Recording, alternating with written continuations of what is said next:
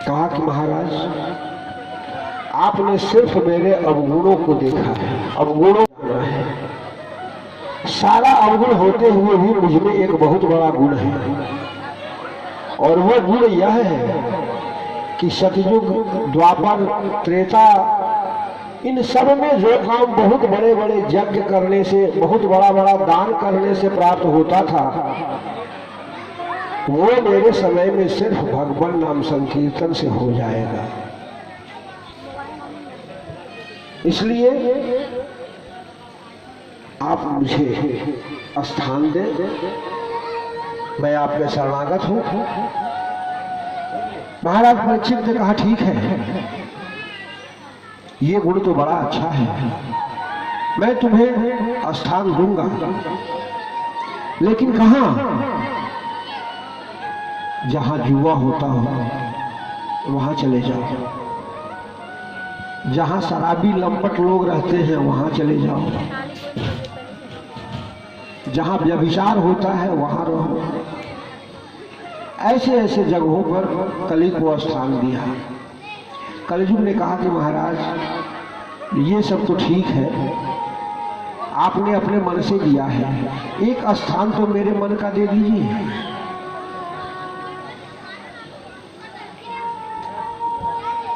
परीक्षित महाराज ने कहा कि बोलो, एक स्थान मैं तुम्हारे मन का भी दूंगा। तो कहा कि बस स्वर्ण में मेरा वास दे दीजिए, एक स्थान मेरा स्वर्ण में दे दीजिए, सोने में। महाराज परीक्षित ने एक वस्तु कह दिया, ताकि ठीक है। और जैसे ही सोने में कलयुग का वास दिया, कलयुग महाराज परीक्षित के सर में जो सोने का मुकुट है उसमें प्रवेश कर गया। कलयुग के मस्तक में प्रवेश करते ही मति भ्रम होने लगा। वहां से शिकार के लिए निकले, जंगल में घोड़ा दौड़ाते दौड़ाते अब इनको प्यास लगने लगी, भूख लगने लगी। घनघोर जंगल में बहुत आगे तक चले गए। भूख प्यास जब जोर लगी तो सामने देखा एक आश्रम था। उस आश्रम में गए और आवाज लगाए, कोई है, कोई है, मुझे पानी चाहिए। वहां कोई नहीं था। वहां सभी ऋषि बैठकर ध्यान में बैठे हुए थे, जो उनकी समाधि लग गई थी। समाधि में होने के कारण इनके आवाज में वो सुन नहीं पाए। दूसरा कोई था नहीं, इसलिए इनको पानी नहीं मिला। और कली का प्रभाव तो था ही। इनको लगा कि यह साधु आंख बंद किए ऐसे ही बैठा है, मेरा अपमान कर रहा है, मेरी बातों को सुन नहीं रहा है। एक मरा हुआ सांप था, अपने धनुष से उठाया और उस ऋषि समीक के गले में डाल दिया।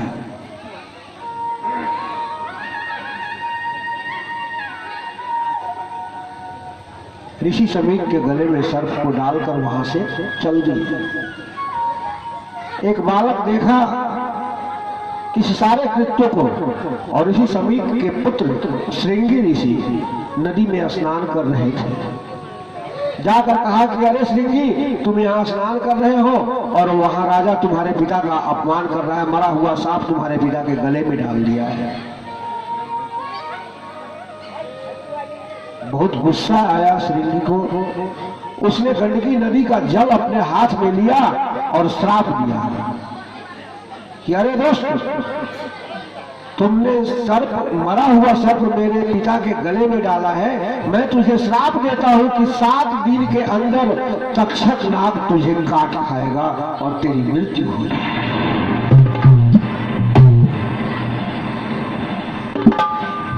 और दौड़ता दौड़ता अपने पिता के पास आया, पिता के गले से सांप को फेंका और पिता के गले से लिपटकर जोर जोर से रोने लगा। रोने की आवाज से पिता की आंखें खुल गई। पूछने लगे, क्या बात है, क्यों रो रहे हो?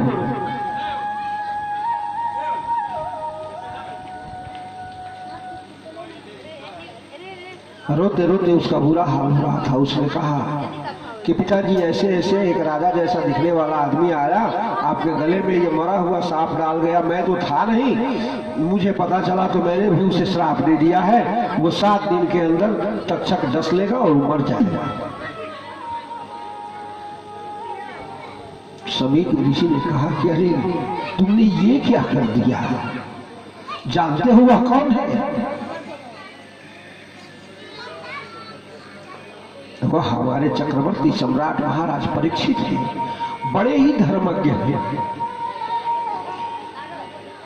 बड़े ही धर्मात्मा हैं। उनको श्राप देकर तुमने अच्छा नहीं किया। श्राप तो निकल गई मुंह से, वापस तो होने वाली नहीं थी।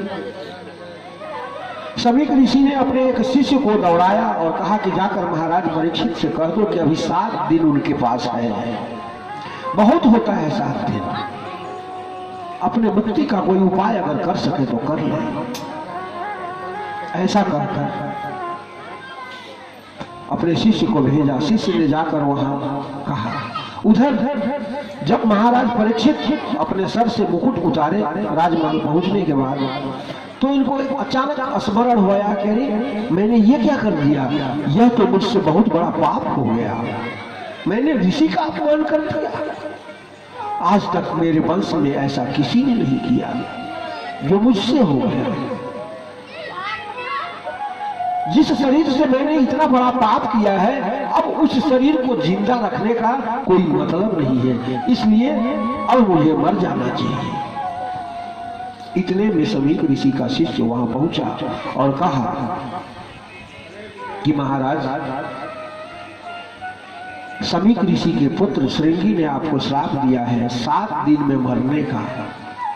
तक्षक नाग के द्वारा काटे जाने पर 7 दिन में आपकी मृत्यु हो जाएगी। बस आपके पास 7 दिन है। गुरुदेव ने कहा है कि अगर आप कोई यत्न कर सकते हैं तो कर लें अपने मुक्ति का।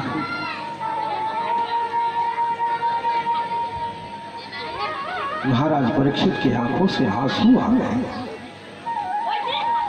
कि जिस शरीर से इतना बड़ा पाप हुआ है, अब उस शरीर को 7 दिन तक डुबोना पड़ेगा। 7 क्षण भी इस शरीर को रखना अब उचित नहीं है। लेकिन ऋषि पुत्र ने 7 दिन कह दिया तो 7 दिन तो किसी तरह ढोना पड़ेगा इस शरीर को।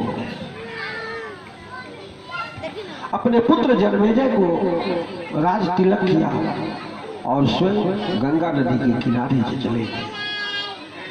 सोचा 7 दिन वहीं रहकर तपस्या करेंगे। जैसे ही गंगा नदी के तट पर पहुंचे